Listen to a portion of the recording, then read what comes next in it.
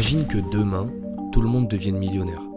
Plus personne ne travaille, plus personne ne prend de risques, plus personne ne cherche à innover. L'économie s'effondre. Alors la vraie question, c'est pas pourquoi tout le monde n'est pas millionnaire, la vraie question c'est qu'est-ce qui fait que certains le deviennent et à quel moment tout change pour eux. Aujourd'hui, on va parler de réalité économique, de psychologie, du système, des risques, des opportunités et du moment précis où la trajectoire d'une personne peut basculer. D'abord, c'est quoi être millionnaire ? Un millionnaire, c'est une personne qui possède un patrimoine net d'au moins 1 million d'unités monétaires. Selon le Global Wealth Report 2023 du Crédit Suisse, il y a environ 59 millions de millionnaires sur plus de 8 milliards d'habitants. Ça représente moins de 1% de la population mondiale. Donc déjà, mathématiquement, c'est pas la norme. Mais pourquoi ? L'inégalité du départ. Tout le monde ne commence pas au même endroit. La première vérité, c'est le point de départ qui compte énormément. Le lieu de naissance, la famille, l'éducation, le capital initial et le réseau. Par exemple, selon l'OCDE, la mobilité sociale varie fortement selon les pays. Dans certains pays, il faut plusieurs générations pour sortir d'un milieu modeste. Ça ne veut pas dire que c'est impossible, mais ça veut dire que c'est pas égal. Deux personnes avec le même talent, la même intelligence et la même motivation n'auront pas forcément les mêmes opportunités. Le salariat seul rend rarement millionnaire, c'est une réalité statistique. La majorité des millionnaires ne sont pas devenus riches uniquement grâce à un salaire classique.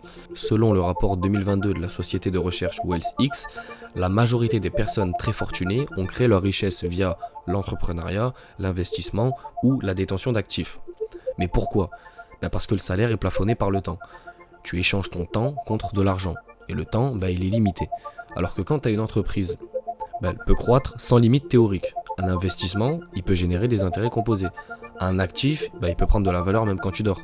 C'est là que la différence commence à se creuser. Le rôle des intérêts composés, c'est le facteur invisible. Albert Einstein aurait qualifié les intérêts composés de 8e merveille du monde. Ce qu'on peut confirmer en revanche, c'est le principe mathématique.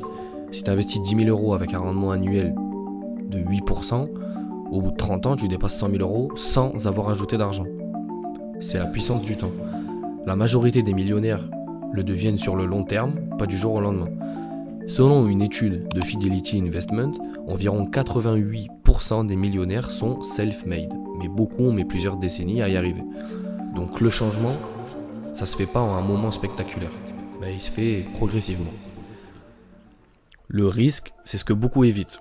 La richesse importante est presque toujours liée à une prise de risque. Créer une entreprise, investir dans un marché incertain, changer de carrière, s'endetter pour acheter un actif, mais la majorité des gens préfèrent la sécurité. Et c'est rationnel.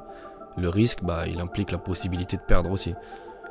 Or, selon la psychologie comportementale, notamment les travaux de Daniel Kahneman, les humains ressentent plus fortement la douleur d'une perte que le plaisir d'un gain équivalent. Donc naturellement, beaucoup évitent les décisions qui pourraient les enrichir, mais qui pourraient aussi les appauvrir.